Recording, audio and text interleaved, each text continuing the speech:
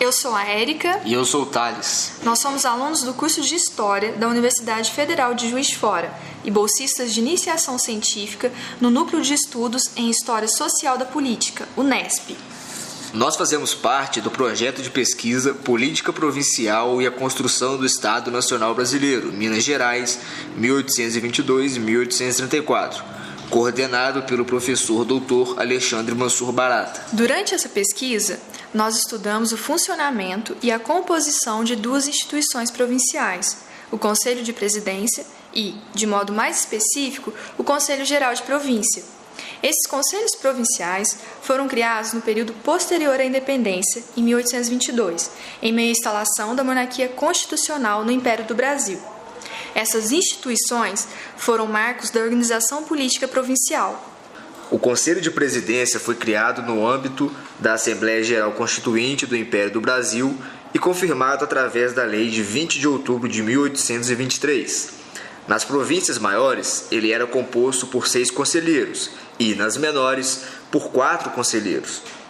Entre algumas de suas atribuições estavam fomentar as atividades econômicas, promover a educação da mocidade, estabelecer novas câmaras, propor obras públicas como estradas, dentre outras. Já o Conselho Geral da Província foi criado pela Constituição de 1824.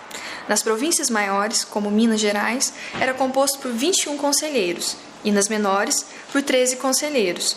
Sua principal função era, abre aspas, propor, discutir e deliberar sobre os negócios mais interessantes das suas províncias, formando projetos peculiares e acomodados às suas localidades e urgências, fecha aspas. Para realizar a pesquisa, consultamos principalmente a documentação guardada no Arquivo Público Mineiro. O nosso trabalho, no primeiro momento, centrou-se na transcrição dos documentos do Fundo da Seção Provincial, o que possibilitou o nosso contato com as fontes primárias do século XIX. Dito isso, agora vamos nos ater à discussão mais específica acerca do Conselho Geral de Província. Os conselheiros gerais eram eleitos da mesma forma que os deputados gerais. A eleição, de acordo com a Constituição de 1824, era indireta e se dava em 2 turnos. No primeiro turno, os votantes escolhiam os eleitores, e no segundo turno, os eleitores votavam nos deputados, senadores e membros dos conselhos provinciais. O voto era censitário, ou seja, exigia-se uma renda mínima para a participação no processo. De forma geral, os conselheiros eleitos eram proprietários de terras e escravos. Outros eram bacharéis em leis na Universidade de Coimbra. Existiam também aqueles que se dedicavam a duplas ocupações como jornalista e professor de latim, minerador e militar, sacerdote, proprietário de terra e tipografia, entre outras ocupações. Todavia, ao analisarmos a documentação, observamos um elevado número de ausências desses conselheiros nas reuniões do Conselho Geral, levando, consequentemente, à convocação dos suplentes. A partir desse problema, chamado por nós de abstencionismo, buscamos discutir o exercício da cidadania no Brasil Imperial. Na primeira legislatura, 1828 a 1830, apesar de haver convocação dos suplentes para tomar assento no Conselho, algumas vagas acabaram permanecendo sem ocupação.